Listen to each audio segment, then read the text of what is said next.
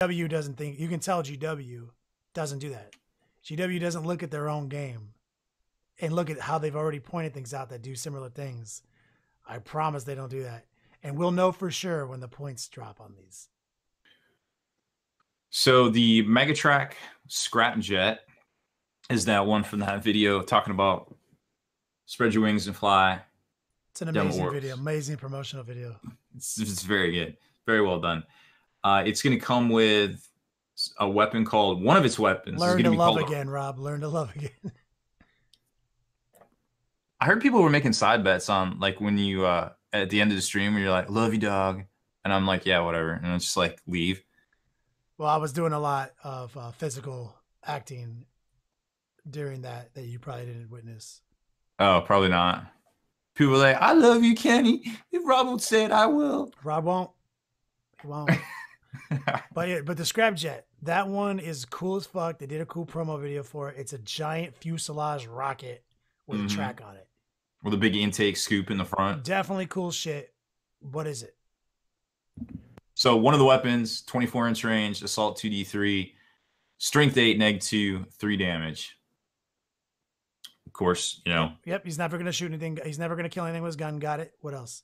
Nose drill, melee weapon, +2 strength, -2 AP, D3 damage. And all these buggies are strength 6 juice, so that means he's got a power fist. Roughly, he's roughly got a power fist with the -1 to hit built into it because he hits on 4s. And so this is one that, if viewed a certain way, we talked about it in a webcast. This is a chariot.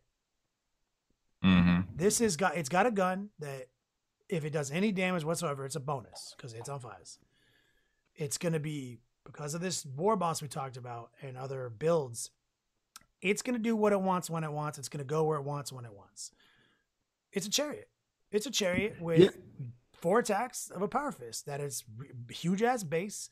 It's got wounds to support it. It's got a 4-up save. You know, it's got a 4. Is this the one that's automatically -1 to hit? No, that's the. But any you can play a CP to make it -1 to hit. This is the one that's literally a power fist chariot.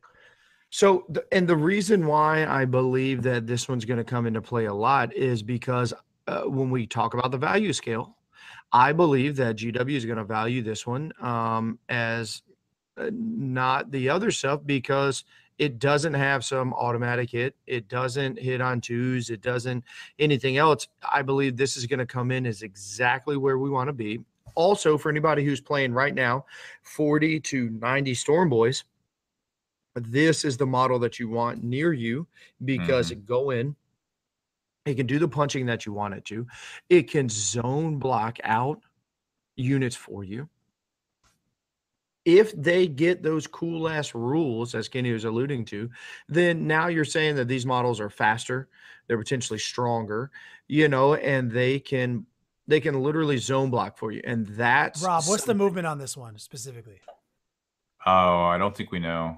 12 or 14. It's at least 12 or 14. It's 12 or 14. I bet you it's 14 because it's literally like made from a DACA jet, right? I mean, if the dragster's 14, why wouldn't a thing that's a jet? This is what I'm saying, Juice. If all of the rumors are confirmed, if this thing is Speed Freak and Evil Sons, and the Speed Freak buff gives you even more movement, but it might not, it may not.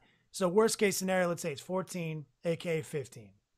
It is going to D6 advance. It rolls a 3, aka 4, so it's 19 inches on an average day of the week, and then charges. But it gets +1 to its charge.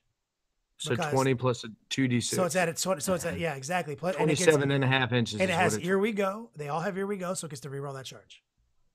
Yeah, powerful. So if the confirmed rules on the Cult of Speed give you an additional +1, just add 3 inches to that total number. So like it's going to be a very viable threat. And another reason why I want to go in just a little bit further and harder on this unit is because one of the downfalls about the Stormboyz being one of the only competitive builds that the orgs have access to right now is because it is so in your face and it's so powerful. Actually, in my local chapter class, or excuse me, tactics classes that we I do, we go over certain armies, and one of the things that I tell everybody is like, have the testicular fortitude that it takes. You must muster the testicular fortitude that it takes to just suffer through the 90 bodies coming at you. Like, just understand that it looks overwhelming and it looks powerful. Just hold strong, right? The one thing that is if you can get past those 90 bodies, there's nothing left. You've completed the task and you've won the game. What I love about the potential aspect of these units being cheap, these units, GW, you heard what I said, and I outlined cheap. Don't make them expensive or I look like a dumbass. These models need to be cheap and can keep up with the Stormboyz. Orcs have plenty of things that can be trail behind the Stormboyz, but damn it, they don't have anything that they can potentially slingshot forward or slingshot up the sides to keep everybody right where they want, which is directly in front of them. Stormboyz are most effective when the stuff that they want to kill are directly in front of them instead of outflanking them, getting back to their stuff behind. So I believe that's exactly what these elements, these units can do, especially the ones that are stuck in close combat wise, because you don't have to worry about how to play them. You play them one way. And to echo the chat, yes, there's many things in the Orc Codex, even before this, that were first turn charge ability. They have the jump, which puts them into a roll a 9 with a reroll on turn 1, psychic power. With the new rumor clan rules, pretty much any bike, any war bike unit, that's even better because that's 14. Bikes automatically go 6 when they advance. So that's 14, that's 15 with the +1, right? So you're literally 22 +1 to the charge, 23 bonus. And if you have this dude near you, you can still charge, assuming they don't get any plus bonuses for being a special cult.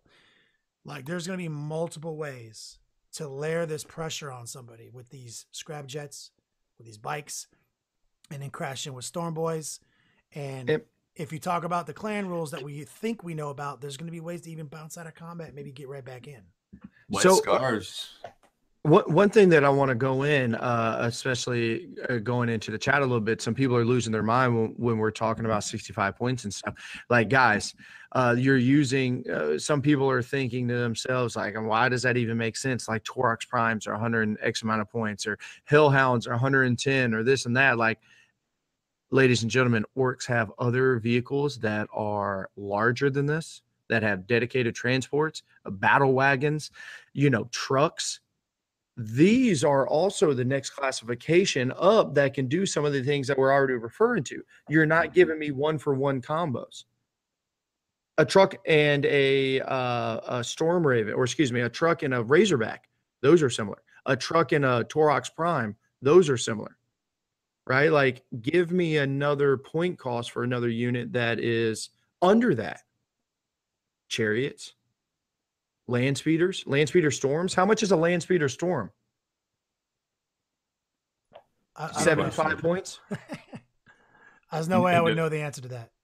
Yeah, nobody knows because they don't have them anymore. No, but I feel like that's but you're making a valid point. Like, these are vehicles with less than 10 wounds, where most vehicles have 11. These are vehicles with toughness 6, where most vehicles have 7. These are vehicles without a transport, where many vehicles have a transport. These are vehicles that hit on 5s with shooting, where most vehicles hit on 3s or 4s, or have a built-in reroll mechanic. We know in our hearts that these are going to be cheaper than what you're used to. But God damn it, they better be spicy pointed, because I'm tired of legacy orc bullshit. I'm tired of shit sucking and being wily for the sake of fulfilling a prophecy, of orcs.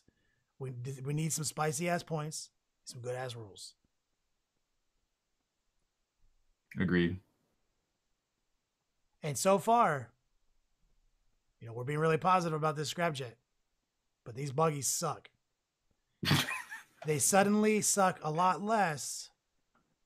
They go up to a meh if the points are right. They go up to, oh shit, I'll take that if the points are spicy, So far, even this scrapjet, which we like, we're struggling to make it work until we know what the points are.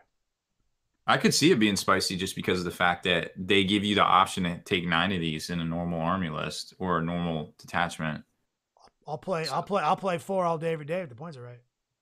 Mm-hmm. Don't get it twisted. I'll play more if I have to. Yeah.